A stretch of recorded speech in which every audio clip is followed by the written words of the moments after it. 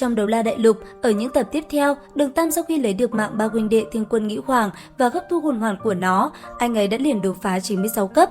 Hơn nữa, Hạo Thiên Chùy lúc này cũng đã có được 8 cái hồn hoàn vô cùng bá đạo, gồm 1 đỏ, 4 đen và 3 đỏ. Và tiếp theo, mục tiêu của Đường Tam chính là Thâm Hải Ma Kình Vương, hồn thú có tu vi gần 100 vạn năm mạnh nhất đại lục hiện tại. Tuy nhiên, ý đồ của Đường Tam đã bị chặn lại khi nam nhân kia bị Thiên Nhật Tuyết sau khi trở thành thần truy sát rất kinh khủng. Cuối cùng, nhờ thần niệm của Hải Thần xuất hiện, Đường Tam mới có thể chạy thoát. Và ngay lập tức, sau khi hội hợp cùng đồng đội của mình, Đường Tam đã ngay lập tức đi tới Ma Kình Hải Vực để khiêu chiến Thâm Hải Ma Kình Vương. Có thể nói, cuộc chiến giữa hai người là hết sức kinh khủng. Đây chẳng khác nào cuộc chiến sinh tử giữa một gã phong hào đấu la 96 cấp và một gã phong hào đấu la 99 cấp. Cũng bởi điều này, cho dù có trong tay những gì mạnh mẽ nhất, Đường Tam muốn chiến thắng được con hồn thú kia cũng là điều rất khó.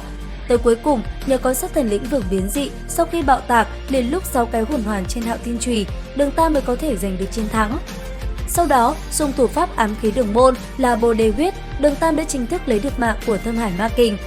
Tiếp theo, sau khi ăn hương tràng của áo tư tạp và thôn vệ năng lượng tới từ Thâm Hải Ma Kình để hồi phục cơ thể, Đường Tam cũng ngay lập tức tiến hành quá trình hấp thu hồn hoàn cho Hạo Thiên Chùy. Tuy nhiên, ngay khi Đường Tam tiến vào quá trình hấp thu, anh ấy đã gặp phải một biến cố rất lớn. Lúc này, trong cơ thể của anh ấy đột nhiên xuất hiện 2 luồng hơi thở một nóng một lạnh đang không ngừng đấu tranh để chiếm quyền kiểm soát. Luồng hơi thở này chính là từ sát thần lĩnh vực cùng với Hải Thần Chi Quang trong nội thể Đường Tam đang tiến hành tranh đấu. Có thể nói, cuộc chiến này chẳng khác nào cuộc tranh giành giữa hai vị thần để giành người thừa kế. Cũng bởi vậy, sự thống khổ của Đường Tam là rất kịch liệt.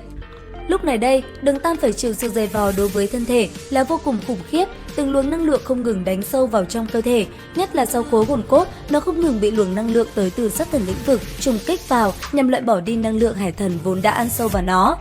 Càng thê thảm hơn, trong lúc trong cơ thể Đường Tam, 2 luồng năng lượng đang tiến hành tranh đấu thì ở bên ngoài, khối hồn cốt thân thể của Thâm Hải Ma Kình lúc này cũng đồng thời bay đến và dung nhập vào cơ thể Đường Tam. Bởi vậy, nó liền chia cơ thể Đường Tam thành 3 màu sắc. Tuy nhiên, luồng năng lượng màu tím cực kỳ bá đạo tới từ con hồn thú gần 100 vạn năm kia sau khi tiến vào nội thể, chỉ trong ít phút đã ngay lập tức bị 2 luồng năng lượng cường đại tự như 2 vị thần kia cắn nuốt mà tiêu hao hết sạch không còn một chút nào nữa. Và trải qua rất lâu, sau một hồi tranh đấu, tới cuối cùng, luồng năng lượng cường đại của Hải Thần vốn ăn sâu vào trong tử khố hồn cốt của Đường Tam cũng giành được chiến thắng. Để rồi sau đó, khi 2 luồng năng lượng kia dịu lại, cũng là lúc Đường Tam hoàn thành xong quá trình hấp thu. Lúc này, hồn hoàn thứ 9 trên Hạo Thiên Chùy của Đường Tam chính là màu xích kim, khác hoàn toàn so với những hồn hoàn 10 vạn năm trước đó.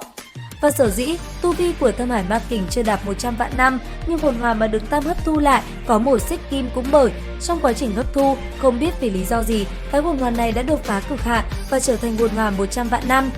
Cũng bởi vì sự đột phá này, chỉnh thể hồn hoàn trên Hạo Thiên Chùy lúc này đã là 1 đỏ, 4 đen, 3 đỏ và 1 xích kim sắc.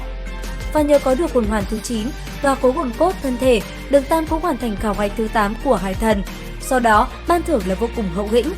Lúc này, Đường Tam đã nhận được Hải Thần 6 trang, cùng với đó, tổng thân hỏa độ cũng gia tăng lên 99%, điều này làm nam nhân kia cũng có chút hài lòng.